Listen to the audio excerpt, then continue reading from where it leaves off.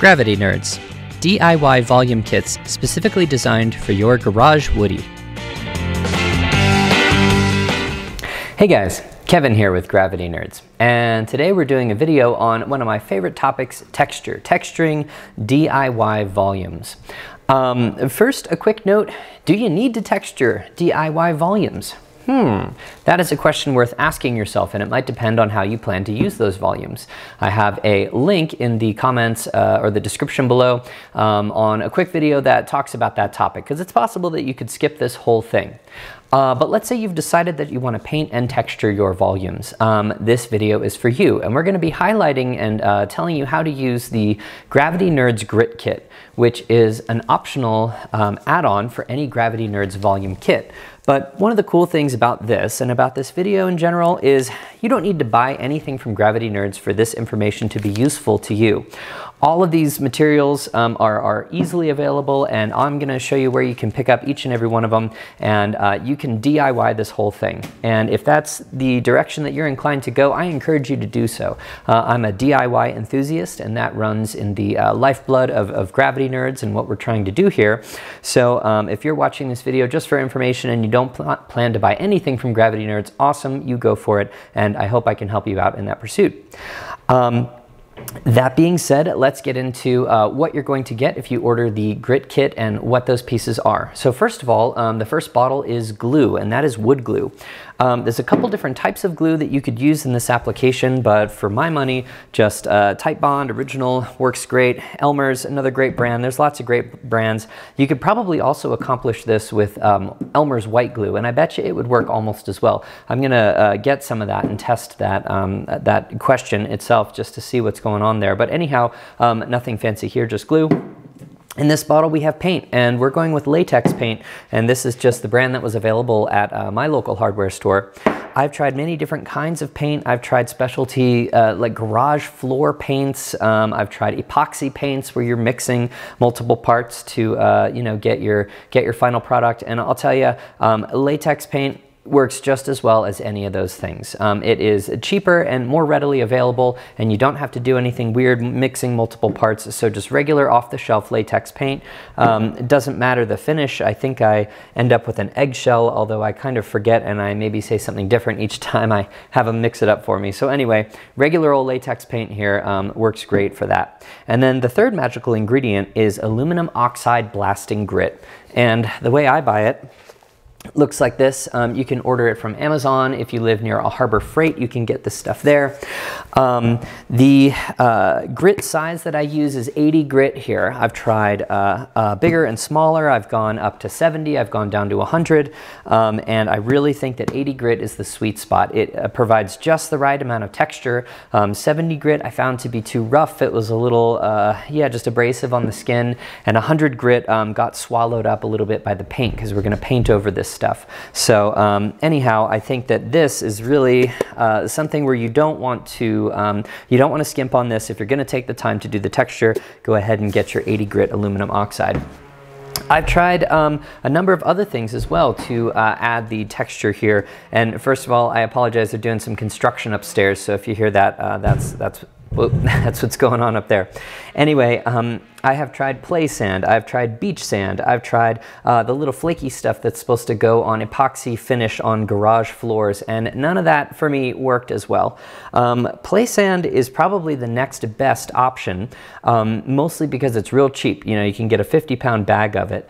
And if you use a strainer to sift your play sand, then your results are going to be okay. You'll still see some variation in grain size on that play sand, and I'm convinced that something about the shape of the grain, the aluminum oxide just holds better. It sticks better in the glue and the paint.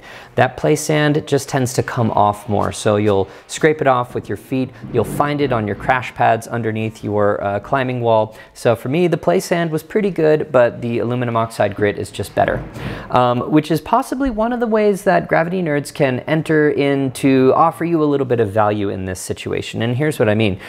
This cost me 25 bucks at the time of this recording this video, and if you have 80 volumes to texture, then this is money well spent. Buy your $25 worth of aluminum oxide grit. But I'm willing to bet that you probably don't have 80 volumes to texture, and you probably are going to end up with a lot of leftover aluminum oxide. So if that's the case, buying a much smaller quantity in the grit kit could be just the thing to save you some cash. Additionally, I buy my glue by the gallon. So that is definitely cheaper. If you use wood glue, definitely look into buying it by the gallon, way cheaper than just by the bottle. But again, if you're not going to go through a gallon of wood glue, maybe that's not for you, and maybe the grit kit could be the thing. Paint, there's not really a discount there. It's about as expensive in a quart as it is in a gallon, so you get what you get. But anyhow, for the aluminum oxide and the glue, letting me buy it and parcel it down into smaller quantities could end up saving you some cash. But anyhow, we're going to get into the technique of how we can get a nice finish like this on an unfinished volume like this. So here we go.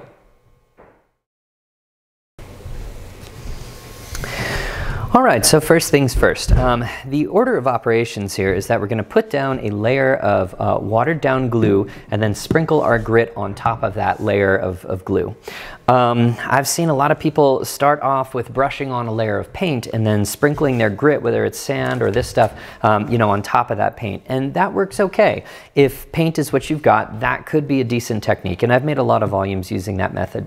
For my money, glue as your base coat, way better. You're getting much better, or at least I'm getting much better adhesion from my grit. A lot less of it flaking off compared to paint. And also economically, the glue is a better choice. It might not really seem like the thing to do, you know, painting with glue, that's weird. Isn't that expensive? Well, paint is 45 bucks a gallon. Glue at the time of this recording is costing me $32 a gallon, so it's cheaper. And when we add just a little bit of water to it, I think we get a similar, if not better coverage with the glue water mixture compared to paint. So we're also saving a little bit of cash going with this this route right here. So anyhow, let's go ahead and start mixing that up and we'll get it going. So I'm going to use about an ounce of glue, and this is a 4-ounce bottle, by the way. Oh, big boom from upstairs. Something exciting is happening up there. And that's maybe a little bit more than an ounce. I might have put an ounce and a half in that cup, but give or take. Right here into my plastic cottage cheese container, because now I'm going to mix it up with a little bit of water. Oh, before we get that going, because time will be ticking once we start spreading that on this face, let me show you my handy dandy grit shaker. So I have a screw jar right here, and I just drilled some holes and it looks like a giant salt shaker. And this is what I use to get an even distribution of this grit. So go ahead and make yourself something like this, and it doesn't have to be fancy. You can get any plastic cup, whatever it is, put some holes in the bottom. I like something where I can put it down like that. So if you put holes, you know, in a cup like this, it'll just keep running out. But if you can do something like this where you can flip it upside down, you know, to use it, that's kind of the best thing. And then you can play around with the hole size. You could go a little smaller than that, doesn't really matter. But anyway, that's what this guy is right here. So let me start moving some of these elements because we're going to make a little bit of a mess. So I'm going to add just a little bit of water to my glue, and I would say you're aiming for something like 25% water, maybe a little bit less than that. These are all kind of rough estimates. When you see it spreading on the volume here in a second, you'll get a feel for how thick I mix it, but I don't know, maybe you like it a little different. I'm going to add just a little bit more in there, and I'm just using my brush to gently mix. I'm trying not to get too much of it just trapped up in my bristles. So I think we're starting to look pretty good, and I'm pretty happy with that consistency. So let's go ahead and start painting it on. So when I paint this stuff on, I'm going to start with the ridges and work my way down. And, you know, there's an element of that the gravity nerds is just going to pull that stuff and drip down, so that kind of makes sense. But the other thing for me is that the most important spot to do a good job on these volumes is that the ridge, the corners, because that's what's going to stick out. That's what's certainly going to get the most wear from grabbing it with your hands or stepping on it with your feet. So those ridge lines, those corners of the volume are what we want to pay a little extra attention to. And then for whatever reason, the bottom edge, if I'm going to miss a spot, it's always on the bottom edge, and I don't know why, but it's true. So I'm just going to attend to that a little bit more with my brush here. And yeah, that's all looking great. Now this glue has a working time of a couple minutes, so I can probably paint this whole volume in that time and then sprinkle grit. If you can paint the whole thing in one pass without it drying, I find that is the way to go. If it's a bigger volume, probably one of our size large volumes like the wedgie, and there's a couple others, you might have to paint one face at a time so your glue is still nice and wet when you sprinkle your grit. But this is a medium sized volume, so I think I can get away with painting all my faces and then doing my sprinkle all in one pass. And any areas that are rough, like that zone right there, I had filled in with some putty and done some sanding.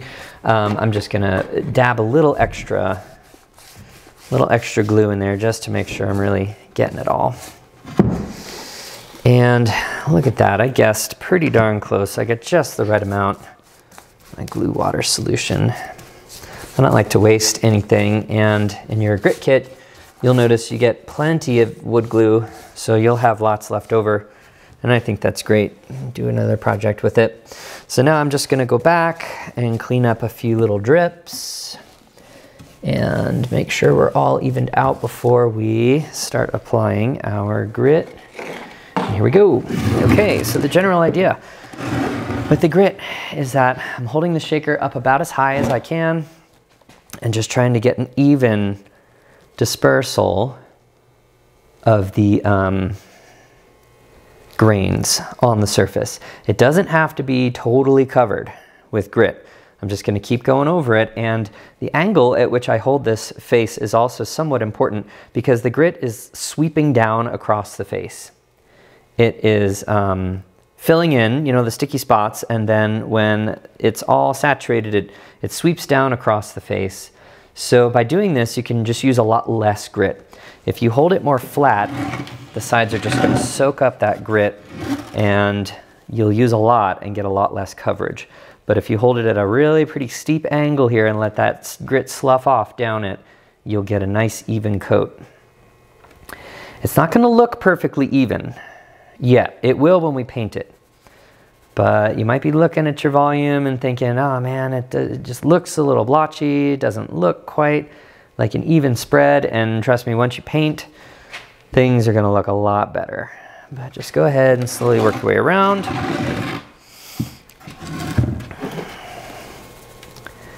And last face. Try to turn that towards the camera a little better. Get a nice shaking pattern out of your shaker here. I feel like the grit fairy.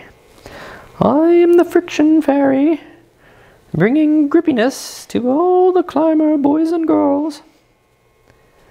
That's weird. I'm gonna stop doing that. Okay, cool. So I'm pretty happy with that. There's just a couple spots that looks like they didn't quite get enough. So what I'm gonna do is let this dry for a couple moments, and then I'm going to go back and dab just a little bit more of my glue water on those spots and hit them with the grit. Another couple quick notes, you're gonna wanna touch this, especially if it's like a little pooled up, and if you can resist that urge, I encourage you to.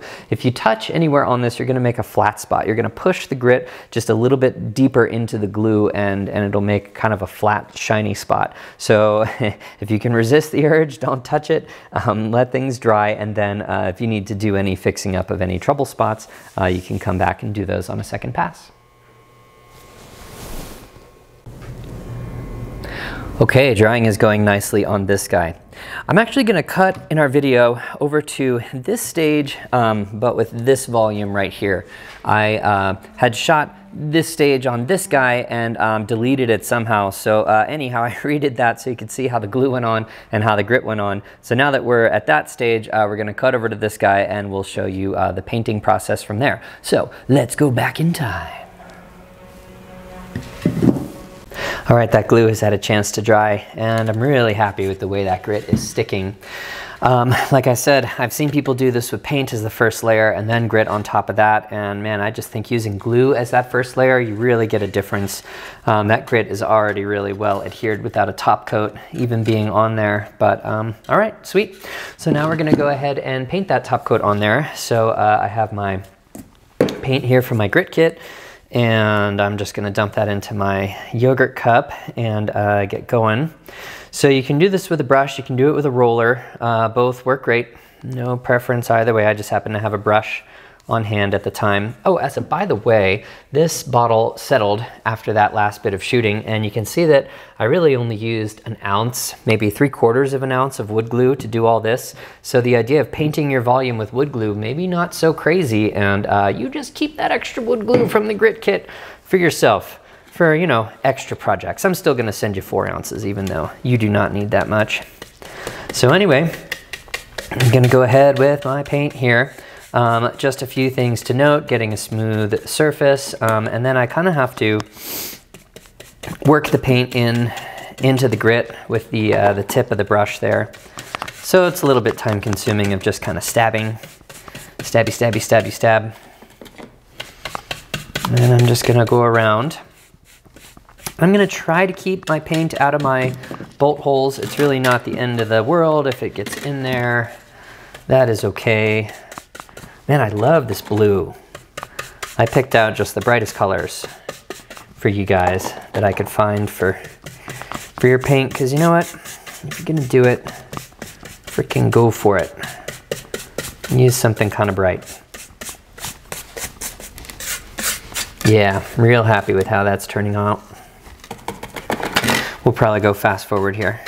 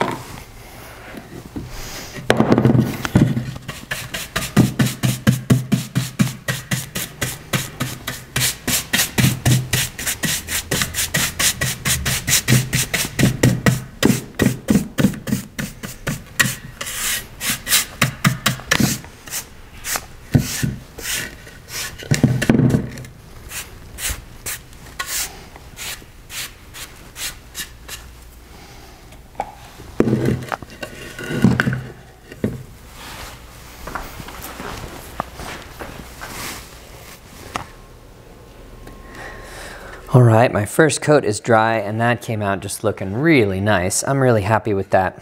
In my bottle of paint here from the grit kit, I still have a lot. I barely used an ounce, I think, on this first coat, so I'm gonna go ahead and do a second coat. So let's blub out a little bit more. Now you'll use a little less paint, or at least I usually do, on that second coat, because we've already sealed in that grit with the first one, so it seems just a little less thirsty for that second coat. But that second coat will add a little more durability, a little more pop to the color, comes out just a little bit brighter. So if you have the paint, why not? If we've come this far, why not? So I'm going to fast forward this second application of paint.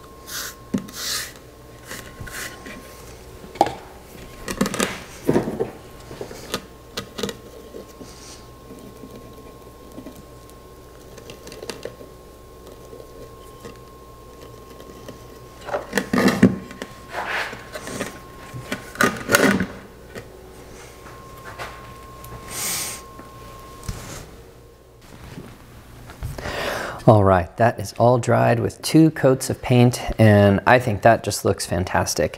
For my money, the finish you get on that with that 80 grit aluminum oxide and 2 coats of latex paint is just as nice as anything I've seen in a commercial application.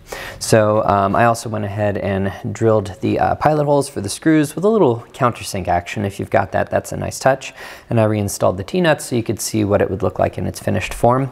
So there you have it. So that's the grit kit from Gravity Nerds, and I think that is a cheap, convenient way to really get an amazing finish on your volumes. Head over to gravitynerds.com to check out our volume kits and some other cool stuff.